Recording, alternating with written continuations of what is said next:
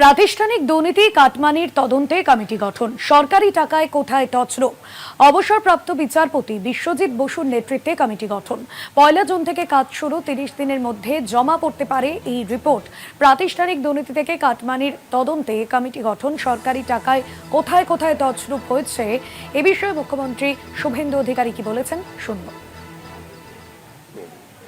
আমরা এই সরকারের নানা রকম পরিষেবা দেওয়ার ক্ষেত্রে যে সমস্ত দুর্নীতি হয়েছে, কাটমানি নেওয়া হয়েছে, এক্সচেঞ্জ অফ ব্রাইব হয়েছে এবং miss appropriation of the government fund হয়েছে, সাধারণ মানুষ চিটেড হয়েছে, তার সঙ্গে সরকারি আধিকারিক, পঞ্চায়েত কাউন্সিলর, ব্রোকার অনেকেই যুক্ত ছিলেন। এই বিষয়ে আমাদের একটি ইনস্টিটিউশনাল করাপশনের কমিশন তৈরি করার কথা ছিল।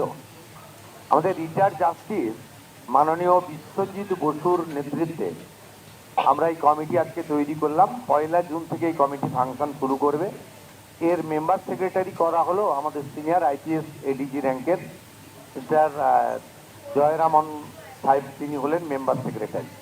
গত কয়েক বছরে পশ্চিমবাংলায় মহিলাদের উপরে, মা বোন দিদি এবং শিশু কন্যাদের উপরে যে ধরনের অত্যাচার হয়েছে, স্পেশালি এসসি এসটি এবং মাইনরিটিস মহিলাদের উপরে যেভাবে অত্যাচার হয়েছে, এই বিষয়ে আরেকটি কমিশন আমরা তৈরি করেছি। আমাদের কমিটমেন্ট ফুলফিল করলাম।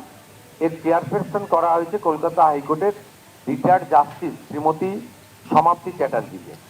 তিনি চেয়ারপারসন হয়েছেন মহিলা নির্যাতন সংক্রান্ত বিষয়গুলি দেখার জন্য কমিশনের। সেখানে মেম্বার সেক্রেটারি আমাদের এডিজি র্যাঙ্কের আইপিএস অফিসার আমাদের শ্রীমতী দময়ন্তী সেন, তাকে মেম্বার সেক্রেটারি করা হয়েছে।